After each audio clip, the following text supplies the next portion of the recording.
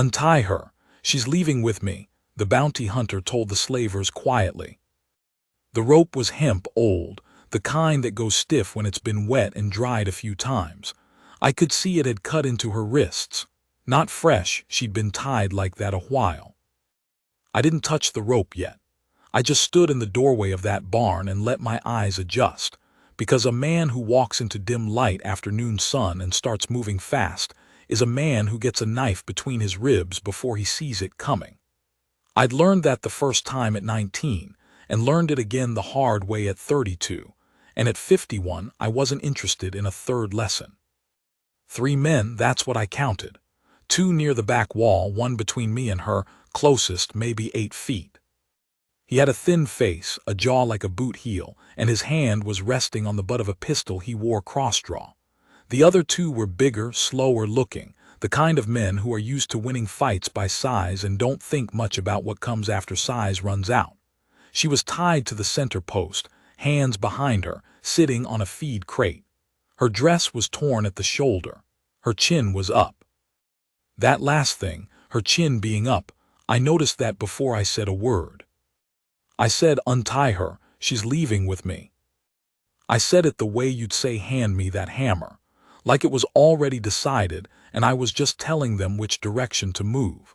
There's a thing that happens sometimes if you say a dangerous thing quiet enough. The other man hears what you didn't say, which is, I've already run through how this ends and I'm still standing here. Sometimes it works. Sometimes it doesn't.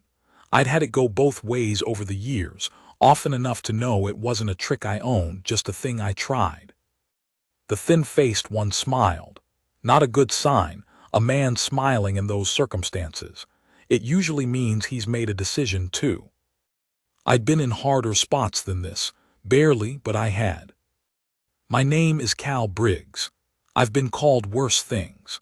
I rode as a bounty hunter out of Cheyenne for going on 20 years, and before that I drove cattle up from Texas for 8 years, and before that I was a boy in Missouri who thought war was something that happened to other people.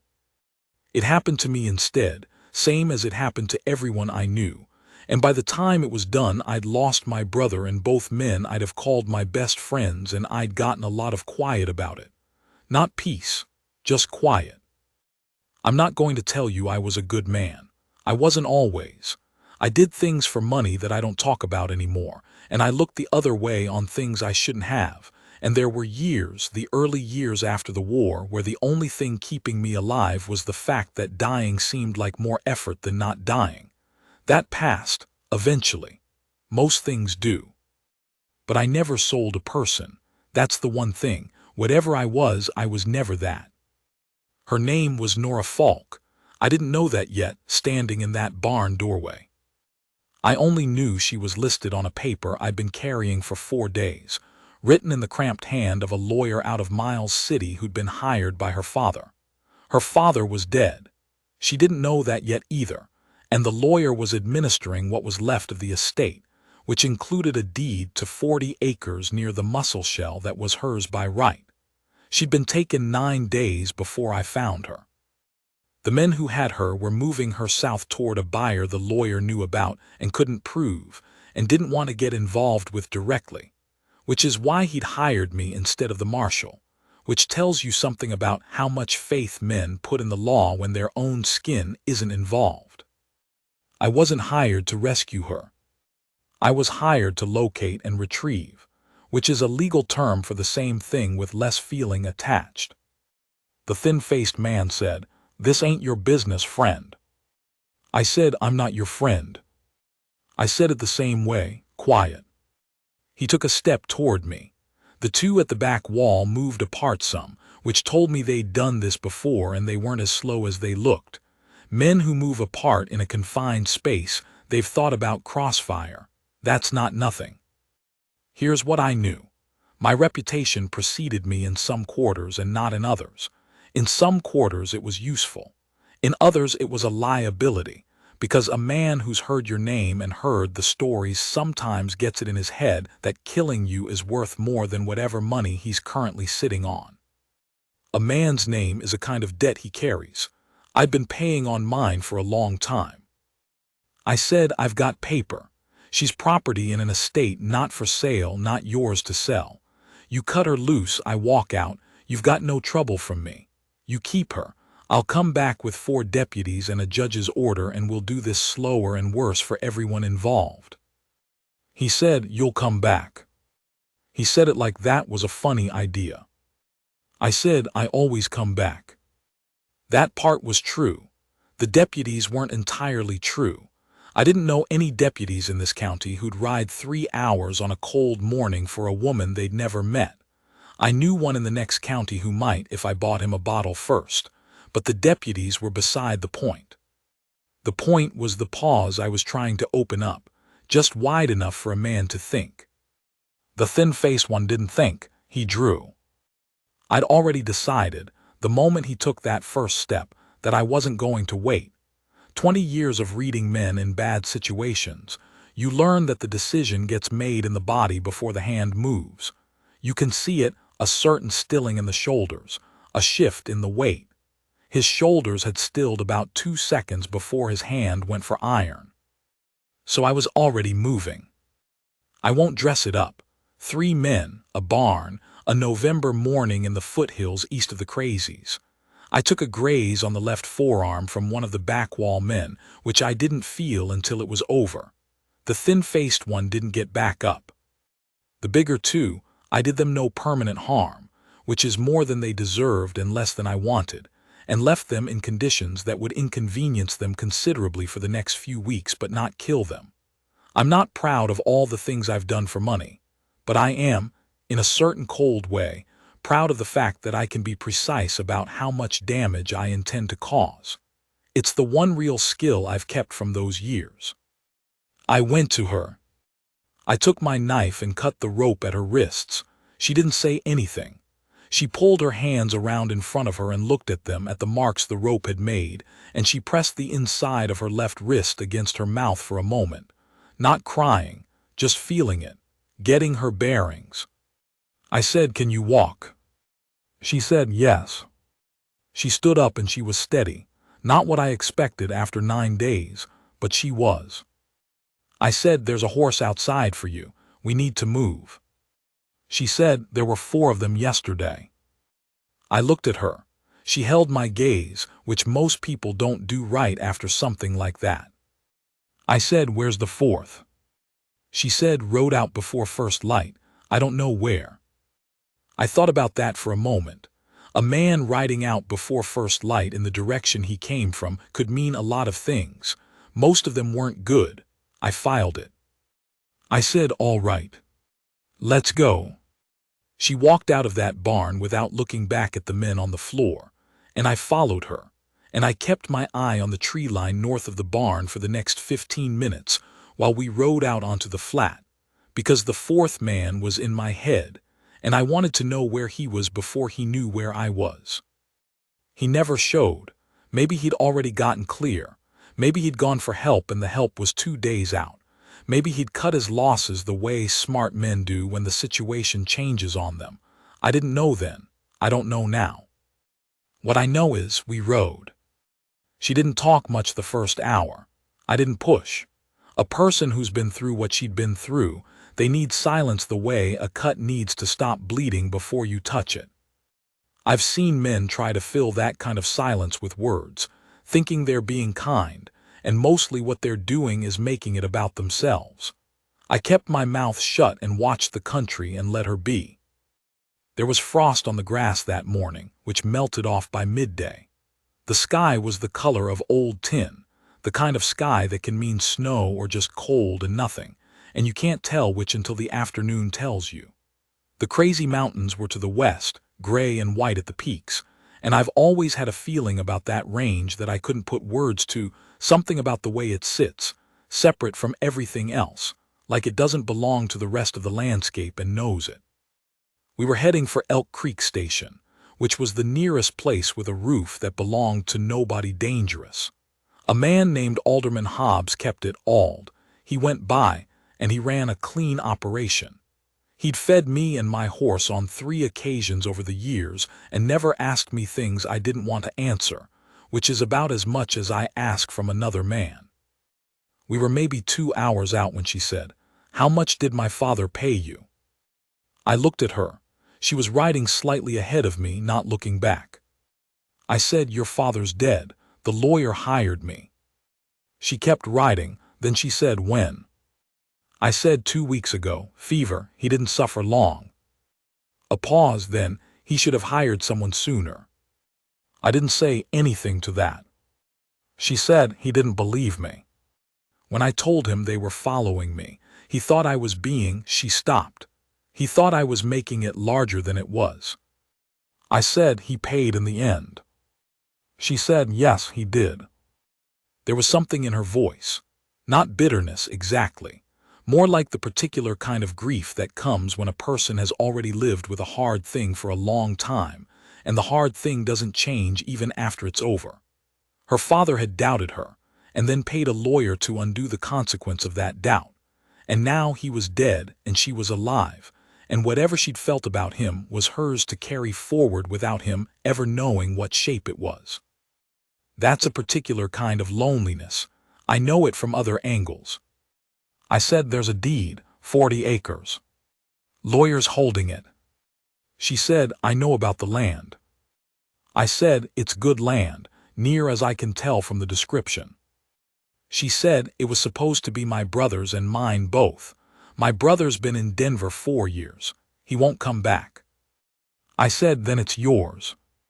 She didn't answer that. We rode. Elk Creek Station was a low building, log and mud plaster, with a stable that was bigger than the living quarters, which tells you something about Old Hobbs's priorities.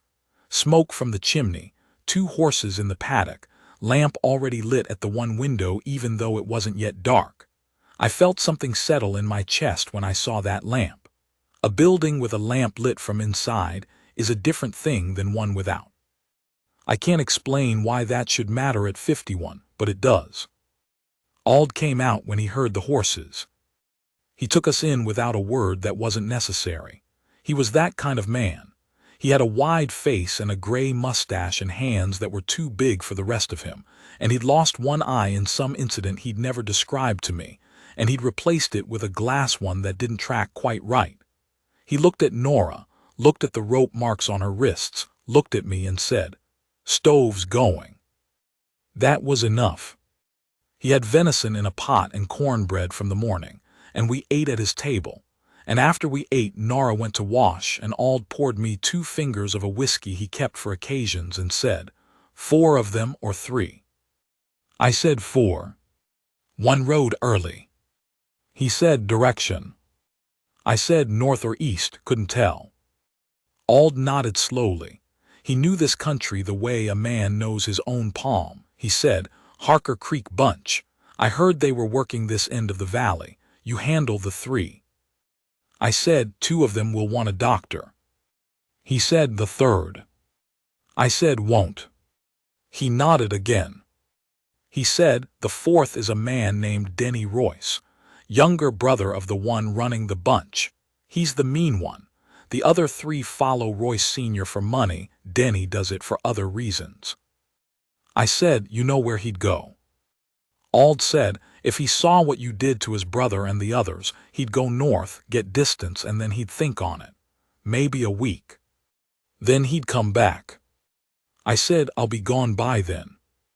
Ald looked at me. He said, "You taking her all the way to Miles City?" I said, "That's where the lawyer is." Ald said, "That's 4 days." I said, "I know." He poured me another finger and didn't say anything else, and the lamp made a warm circle on the table, and outside the wind had come up from the north and was pushing at the shutters in a slow, testing way. She came back to the main room with her hair down damp, and she'd washed the dust off her face and her hands, and the rope marks on her wrists were visible in the lamplight, red, raw at the edges, starting to color up toward bruise. She sat down at the table, and Ald brought her more coffee, and she held the cup in both hands for a while without drinking it. I said, "I need to tell you about a man named Denny Royce." She looked at me. I told her what Ald had said. I didn't soften it. She was the kind of woman who'd know if you were softening things, and she'd trusted me less afterward. And out here the only currency that meant anything was what you were straight about. She listened. When I was done she said, "So we need to move in the morning." I said, "First light." She said, "All right." I said, "It'd help if you could shoot." She said, "I can shoot." I looked at her. She said, "My father taught me. He was a better teacher than a father." I said, "What can you handle?" She said, "I had a Winchester, they took it." I said, "Ald might have a spare." She said, "If he does, I'd appreciate it." That was the whole conversation. It wasn't soft and it wasn't hard. It was just two people working out what needed to be worked out, and something about the directness of it, the way she didn't flinch from the practicality of her own situation. I've thought about that conversation many times over the years. Most people, when they've just come through something bad, they want to be told it's over now, everything's fine, they're safe. Nora Falk wanted to know what came next and what she needed to do about it. I respected that more than I could have said at the time. Ald did have a spare. He produced it without being asked, cleaned and loaded, and he did it with the particular tact of a man who understood that giving a weapon to a woman who'd just been taken is not charity, it's restoration. She took it, checked the action, looked down the sight at the far wall. She nodded once. We slept a few hours. Or I didn't sleep exactly. I lay still and let my body rest while my mind kept pulling at the problem of Denny Royce and the direction north. After a while I heard Nora moving, and I saw by the dim glow under the stove door that she was sitting up, not sleeping either, and she'd set the Winchester across her lap. I said quietly, "You don't have to keep watch, I've got it." She said equally quiet, "I know, She stopped, then, "I'm not ready to put it down yet." I said, "Fair enough." She said, "You can sleep, Mr. Briggs." I said, "I don't sleep easy in strange places anymore." A pause. Then, "Neither do I." We sat in that quiet for a while, both awake, the stove ticking as it cooled. After a bit she said, "The thin-faced one, the one who drew on you, did you know he was going to?" I said, "Pretty much." She said, "How?" I thought about how to put it. I said, "A man who's made up his mind to shoot looks a certain way in the shoulders, like he's already at the edge of something and just waiting to go over." She thought about that. She said, "I've been watching people my whole life and I still couldn't read them." I said, "I've had a lot of instruction, not the kind I'd have chosen." She said, "No, I suppose not." Silence again. Good silence, the kind that doesn't need filling. She said, "Why did you say it that way? Untie her, she's leaving with me." So quiet. I said, "Loud gets loud back. Quiet makes them think." She said, "It worked." I said, "On two of them?" She said, "Yes, a beat, on two of them." She wasn't reproaching me. She was just being accurate, which is a quality in a person I've never gotten over appreciating. We left before the sky showed color, just the faintest gray shift in the east over the plains, cold enough that you could see the horse's breath and your own, and the frost crunched under the hooves in the dark. Ald stood in the doorway with a lantern and watched us out of sight, or watched until his one good eye couldn't find us any more in the dark, which is the same thing from a distance. The first day we covered good ground. We moved steady. Not fast. Fast is for emergencies and for men being chased, and I wasn't being chased yet, not that I knew. We talked sometimes and didn't talk other times, and I found out she'd been a schoolteacher in Billings for 2 years before her father had gotten sick, and she'd come home to work the 40 acres with him, and that the land was wheat mostly, but the lower 40 had good water, and she'd had an idea about cattle that her father hadn't wanted to hear. I said, "You know cattle?" She said, "I grew up here, you know what you're around." I said, 40 acres is small for cattle." She said, 40 acres with good water and access to public grazing isn't small, and I can add to it." I said, "With what money?" She said, "I taught school for 2 years. I saved." I said, "Teachers don't make much." She said, no, they don't, but I was careful. I said, that's a hard way to build anything. She said, yes. She said it like, and I didn't say anything else. She was right. It was a hard way. Lots of things are built hard. The things built hard are sometimes the ones that stay. We camped the first night near a creek that ran fast and clear out of the foothills, cottonwoods along the bank. The leaves gone but the branches pale against the dark sky. I made a fire and she cooked. She'd brought provisions from old stores, and she put together a better meal than I'd have managed, which I told her, and she said, "It's not hard, you just have to pay attention," which I thought applied to more things than cooking. We kept our fire small and set back from the bank, in a hollow that broke the wind and hid the light. I laid out her bedroll on one side of the fire and mine on the other, and she said, "You can take the windward side," and I said, "I'm used to the wind," and she said, "So am I, take it anyway." So I did. In the morning she was up before me, which hadn't happened in years. She'd already fed the horses and she had coffee going. I lay still for a moment with my eyes open, listening to the creek and the horses and the sound of her moving around the camp, and I felt something I hadn't felt in a long time. I can't name it exactly. Something like I was where I was supposed to be, not in any grand way. Just in the small way, the way a hand fits around a particular cup.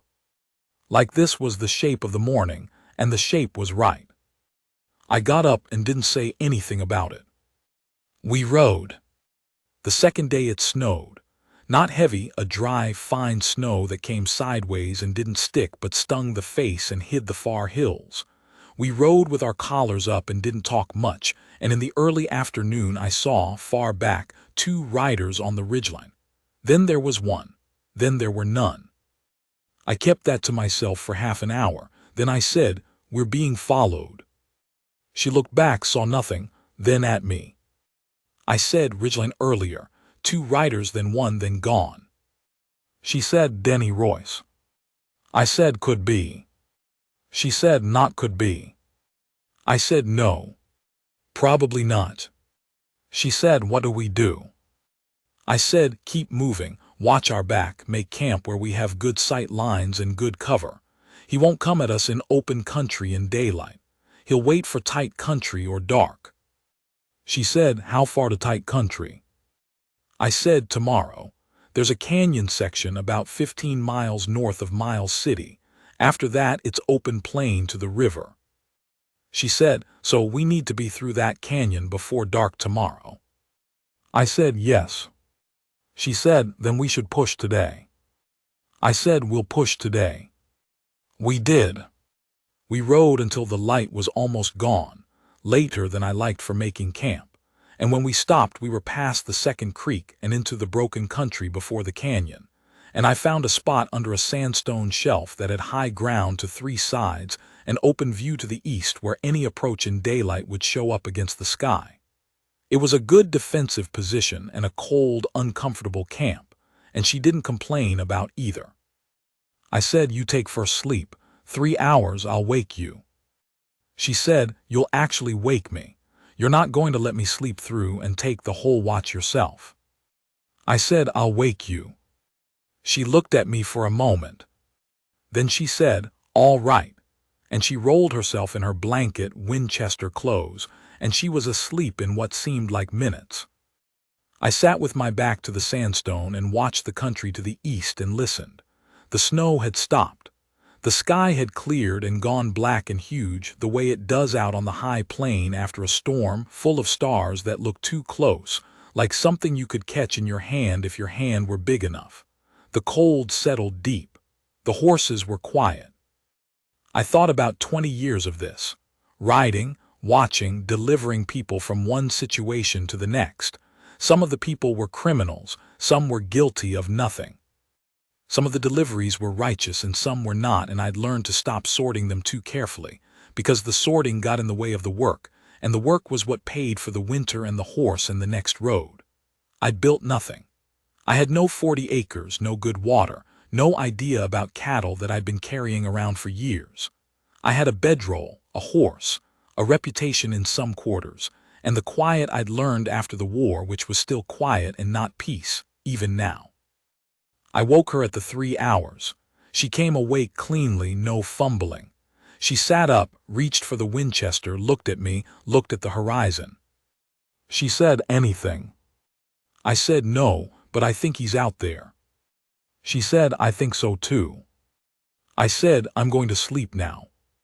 You wake me if anything moves, or if the horses get unhappy." She said, "I will." I said, "I mean it, you wake me." She said, "I heard you the first time, Mr. Briggs." I said, "Cal." She looked at me. The starlight was enough just barely to see her face. She said, "Cal," and then sleep. I slept, 2.5 hours maybe. I came up out of it when I felt her hand on my shoulder, a single firm press, not a shake, and I was fully awake before my eyes opened. She was crouched beside me. She pointed. 40 yards out to the southeast, the horses had both turned their heads the same direction and both gone still. Nothing to see yet, but they knew. I said very low, "How long?" She said, "Just now." I got up without noise and moved to the edge of the sandstone shelf. The land out there was faint silver in the starlight, sage and rock, and then I saw it, a shape moving low, from rock to rock, maybe 30 yards, coming from the east. "One man." I said, "Stay here." She said, "No." I looked at her. She said, "2 angles are better than one. I'll take the left side of the shelf." I wanted to argue and I didn't. She was right. I said, "Don't fire unless I fire or unless you have no choice." She moved to the left side of the shelf. I moved right. We waited. He came up slow, careful. He was good, this Denny Royce. Better than his brother had been. He moved the way a man moves who's tracked things before, feeling each step, pausing, reading the silence. He came to within 20 feet of the shelf before he stopped. Long silence. Then he said, conversationally, like we were all three sitting at a table, "I know you're there, Briggs." I said, "I know." He said, "My brother's dead." I said, "Yes." He said, "You're going to pay for that." I said, "I'm going to offer you something instead. You ride north. I don't come after you. What happened yesterday stays where it happened. You've got your whole life ahead of you." He was quiet. Then he laughed soft, which was a bad sound. He said, "You think I'm scared of you, old man." I said, "I think you're smart enough to know how this ends if you push it. Your brother wasn't, are you?" Another silence. I could hear him breathing. 20 feet is close enough to hear a man breathe in the quiet. Then he said, "Who's that on your left?" I said, "Nobody you want to find out about." From the left side of the shelf, Nora's voice came even and clear. "I'm nobody's nobody, Mr. Royce, and I've got you in irons from here. So does he. So I'd take what he's offering." The silence that followed was the longest kind. Then I heard him move, not toward us, away, back the way he'd come, careful and slow, and then less careful as he got distance, and then the sound of a horse starting up southeast, moving out at a trot that became a canter and then was gone under the sound of the wind. I held my position for another 10 minutes. Then I went to where Nora was standing, and she was still holding the Winchester up, watching the dark, and after another moment she lowered it and let out a long breath. She said, "Will he come back?" I said, "Not tonight, maybe not ever. A man who backs down from a confrontation like that, he's made his calculation. He's decided what his life is worth." She said, "What if he calculates different later?" I said, "Then I'll deal with it later." She looked at me. She said, Then we'll deal with it." I didn't know what to say to that. She said, "Unless you're planning to drop me at the lawyer's office and disappear." I said, "That's what I was hired to do." She said, "I know what you were hired to do." I looked at her in the starlight. The Winchester was at her side now, her chin up the same way it had been in the barn, only now she was looking at me and not at a man who'd been watching her like something he owned. She said, "You're a good man to have at your side, Cal Briggs. I think you've forgotten that about yourself." I didn't answer her. I didn't have the words in me right then. I'd been called things over the years: dangerous, useful, reliable in a bad situation, past his prime, cold, but not that. Not in those terms. Not by someone who'd had occasion to test it and was standing in the cold dark after midnight saying it plain and meaning it. I said eventually, "Sleep, I'll take the rest of the watch." She said, "You slept less than me." I said, "I'm fine." She looked at me another moment. Then she put her free hand on my forearm, not holding, just resting it there for a second, 2 seconds, the weight of it light and deliberate, and she said, "All right, but you eat first." She went and got me hardtack and the last of the coffee and brought them back without making anything of it. And I stood at the edge of the shelf and ate and watched the country and thought about the hand on my arm for a long time after it was gone. We made the canyon by mid-morning the next day. It was a section of maybe 6 miles, red and ochre walls rising on both sides, the trail narrow and winding, places where it pinched to single file and the walls leaned in close enough to touch with both hands. Good ambush country. I rode with my eyes up on the rims, and she did too, without being told, and we went through it slow and careful and came out the far end into open plain in the early afternoon without incident. Miles City was in sight by 3 o'clock. The river shone in the flat light. The buildings were low and brown against the pale sky, and the smell of the place came out to meet us: horses, coal smoke, something frying somewhere, the river smell under all of it. She pulled up when she saw the town. I pulled up beside her. She didn't say anything for a minute, just looked at the town. I said, "Lawyer's name is Aldous Crane. His office is on Main, above the hardware." She said, "I know. My father wrote me about him." I said, "He'll have the deed." "There may be some paperwork." She said, "There's always paperwork." I said, "After that you'll need a way out to the 40 acres. I stopped. She turned and looked at me. I said, "I can ride out with you, make sure the claim's in order, make sure nobody's squatting on it." I paused. "Or you've got no reason to want that." She said, "Why would I have no reason?" I said, "You don't know me. You know 3 days of a hard ride." She said, "I know more than 3 days. I know what you did in that barn, and I know what you said to Royce, and I know you woke me up when you said you would." She looked at me steadily. "I know you went through that canyon watching the rims the whole way through. I know you ate standing up because you weren't done keeping watch." A pause. "I know what kind of man does those things." I said, "I've done other things too, things I'm not proud of." She said, "Yes, I'd be surprised if you hadn't." She held my gaze. "That's not what I'm talking about." I said, "What are you talking about?" She said, "I'm talking about what I saw in that barn when you walked in. I was looking at you, everybody else was looking at him." She meant the thin-faced man. "And what I saw was a man who'd already decided and wasn't going to be moved and wasn't afraid and wasn't showing off either. Just," she searched for the word, "just settled, like the ground under you was solid and you knew it." I said, "I've been doing it a long time." She said, "So you said. That's not what made it what it was." I didn't know what to say to that either. It seemed like I kept running out of words around her, which was not a situation I was used to. She said, "Come out to the 40 acres. I'd be glad of the company, and I could use another set of hands for a few days while I get the place sorted. After that," she stopped, started again. "After that you can decide what you want." It was the straightest thing. No pressure in it and no performance. Just a woman telling a man that she'd like him to stay a little while longer if he wanted to, and that what happened after that was his to figure. I said, "All right." She nodded once, she looked back at the town, then she said, "Good." We rode into Miles City. Aldous Crane was a small, precise man with ink-stained fingers and an expression like he was always waiting for the other shoe. He produced the deed, confirmed Nora's identity, went through the necessary papers in a clipped, efficient way that told me he'd rather be doing something else. He gave me an envelope with the balance of my fee.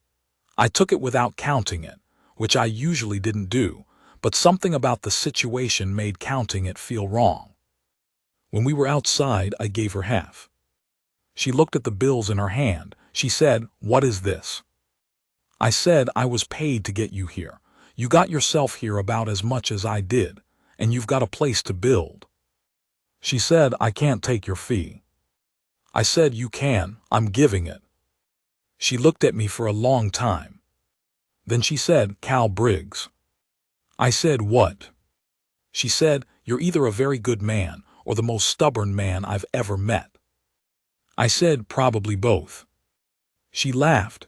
It was the first time I'd heard her laugh. It was short, surprised at itself, a sound like it hadn't expected to come out. She took the money.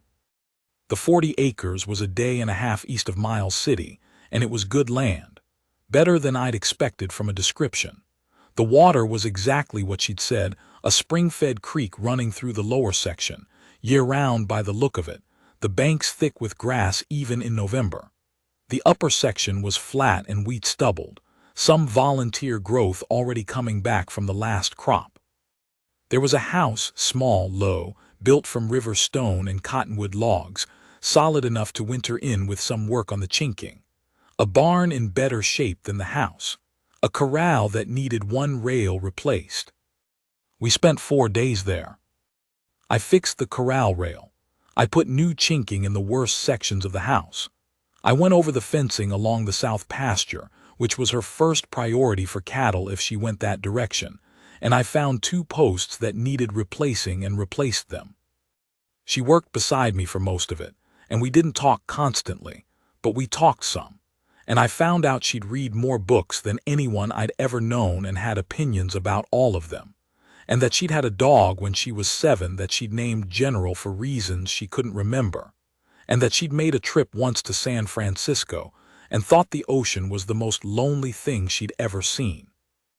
I said, "Lonely." She said, "It goes on without you, it doesn't care. I found that lonely." I thought about that for a while. I said, "I always liked that about it." She looked at me. She said, "I know.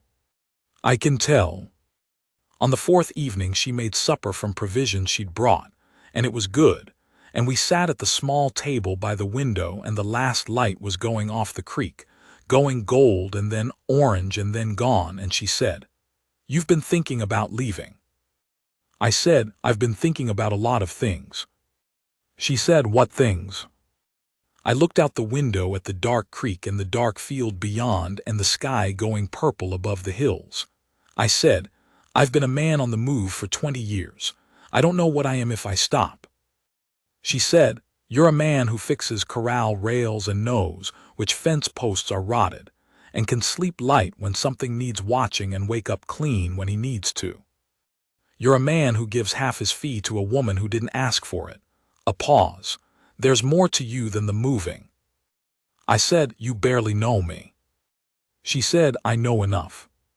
I said, "How?" She said, "Because a man shows you who he is in the hard moments, and I've had several days of hard moments with you." She held my gaze. "You're steady, Cal, you're honest, you keep your word." A beat quiet. "There aren't that many men like that left. There weren't that many to start with." I said, "I've got a history." She said, "I know, I'm not asking you about your history, I'm asking you about—" She stopped, rethought it. "I'm not asking you anything, I'm telling you what I see. What you do with that is yours." I sat with that for a moment. The lamp on the table, the smell of the meal, the sound of the creek outside, the corral rail I'd fixed, the fence posts, small work and useful, the kind of work that stays. I said, "The cattle idea. The lower 40, the creek, the access to the public range." She looked at me. I said, "You want to start small. 4 or 5 head, see how the grass holds, build up slow." She said carefully, "Yes, that's what I thought." I said, "I know a man who sells good stock out of Billings. Fair prices, healthy animals. I've done business with him." She said, "Do you?" I said I could write him, or I stopped, started differently. "I could ride up there with you in the spring if you wanted, introduce you, make sure you got a fair deal." She looked at me for a long time. She said, "And between now and spring?" I said, "There's work here. The north fence, the barn roof. The house needs more chinking before the deep freeze." She said, "There's that much work." I said, "There's that much work." She was quiet, then she said, "You'd stay through winter." It wasn't quite a question. I said, "If you'd have me." She looked at the table for a moment. Then she looked at me. Something in her face had changed, or maybe I was seeing it more clearly, something open in it, something she'd been keeping careful and was setting down. She said, "I'd have you." She said it plain, the way she said everything. No performance, no soft edging around it, just, "I'd have you." I said, "Then I'll stay." That was 8 years ago. The north fence has been fixed twice since. The barn roof held for 3 years and we replaced it the year after that. We've got 31 head now, down from 34, 3 calves born this fall and 1 loss, which is a good winter ratio. The wheat does well. The creek has never run dry, not even in the dry summer of the year before last. The house is warm. She is the one who tells me when I'm being stubborn, which is regular, and the one who still wakes early to feed the horses before I do, and the one who reads aloud in the evenings from whatever she's gotten from the lending library in town, which is 4 miles and a good ride in good weather and a hard one in bad. She has a laugh that surprises itself still, after all this time. She trusts me with things she doesn't say out loud, the way you trust a solid structure, not by leaning on it and finding it holds, but by not having to think about it at all. I am 59. My left arm hurts in cold weather from the graze I took in that barn. I have learned to predict snow by that arm better than by any sky. I don't ride out for hire anymore. There are men who come looking, sometimes word travels, and I say I'm not in that work any longer, and they look at the place and at Nora and at the 30-some head and they nod and they go, and that's the end of it. I don't miss it the way I thought I might. I don't miss the road or the watching or the long cold nights in the open, not anymore. I miss nothing. What I have is this: my hand on a fence post in the morning, solid under the palm, the smell of the coffee she puts on before I'm up, the creek running, the cattle moving in the lower field, the sky doing what it does over the mountains. A good woman who walked out of a barn with her chin up. I think about that sometimes, the chin. Before I knew her name, before I knew anything about her, it was the first true thing I saw. Still true.